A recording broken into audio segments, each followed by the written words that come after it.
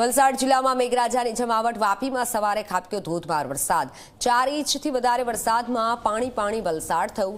નીચાણવાળા વિસ્તારોમાં પાણી ભરાતા લોકોને મુશ્કેલી.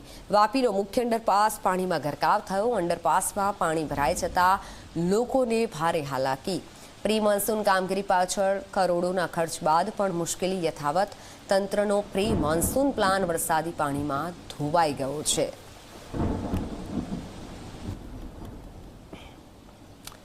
આપ જે દ્રશ્યો જોઈ રહ્યા છો તે દ્રશ્યો આપ જુઓ કે જ્યાં વાહનો પાણીમાં ગરકાવ છે. વાહનો આખા ડૂબી જાય એટલું પાણી ભરાયેલું છે. વલસાડના દ્રશ્યો, એક્સક્લુસિવ દ્રશ્યો અમે આપને બતાવી રહ્યા છીએ. સવાલ એ થાય છે કે ક્યાં ગઈ તંત્રની પ્રી મોન્સૂનની કામગીરી? તંત્ર દ્વારા મોટી વાતો કરવામાં આવતી હોય છે. અધિકારીઓ મિટિંગો કરતા હોય છે, પ્રી મોન્સૂનની કામગીરીની પ્લાનિંગ કરતા હોય છે, પણ કામગીરી સ્થળ પર ક્યાંય નથી દેખાતી. માત્ર હજુ પહેલો વરસાદ નોંધાયો છે, હજુ આખું ચોમાસું બાકી છે અને વલસાડના દ્રશ્યો છે કે જ્યાં વાહનો ડૂબી ગયા છે. નીચાણવાળા વિસ્તારો પાણીમાં તરબોળ છે. આ નાલું ભરાઈ ગયો, કેવી રીતે જાય? આપણે અમે તો ભવાનીમાં રહેતો છે, કેવી રીતે જાય? કોઈ નહીં. આપણે બલીઠાથી ફરીને અમે નામદા અહીંયા ભવાનીમાં રહેતો છે, પછી ફરીને આવો તો કેટલું વાર લાગે, કેટલું આપણે પેટ્રોલ, કેટલું ગરીબ માણસ છે, નોકરી કરવા માટે આવે તો. મહાનગરપાલિકાની કામગીરી વિશે શું કહેશો? અરે શું કહેવું યાર, બહુ ખરાબ છે.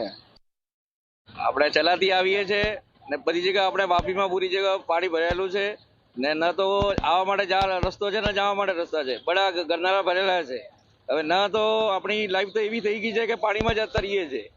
હવે આ એવું તો કન્ડિશન ગયા મહાનગરપાલિકા બની ગયું છે, પણ કાંઈ લાગતું નથી કે મહાનગરપાલિકા છે. તે ડૂબાઈ ગયો હતો, એકદમ બચી ગયો. હવે મારી ગાડી પણ આ જો ને પૂરી પાણીમાં ડૂબાઈ ગઈ છે. હવે આમાં ખર્ચો કેટલો આવશે ખબર કોને પડે. વલસાડ જિલ્લામાં મોડી રાતથી જ જે છે ભારે વરસાદ વરસી રહ્યો છે, ત્યારે વલસાડ જિલ્લાના વાપીની અંદર આજે અંડરપાસ છે. અંડરપાસની અંદર હાલમાં લોકો જીવના જોખમે જે છે બાઇક લઈ જઈ રહ્યા છે.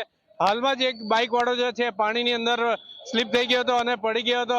અને જોવાની વાત એ છે કે આટલા પાણી ભરાયા હોવા છતાં લોકો જીવના જોખમે આજે નાળું પાસ કરી રહ્યા છે. વલસાડ જિલ્લાની વાત કરીએ તો વલસાડમાં અત્યાર સુધીમાં 3.5 ઇંચ જેટલો વરસાદ અને વાપીની અંદર 4 ઇંચ જેટલો વરસાદ વરસી ચુક્યો છે.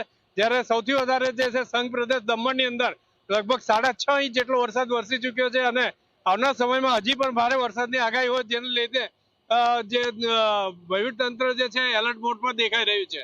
નિલેશ જોશી, ઝી મીડિયા, વાપી.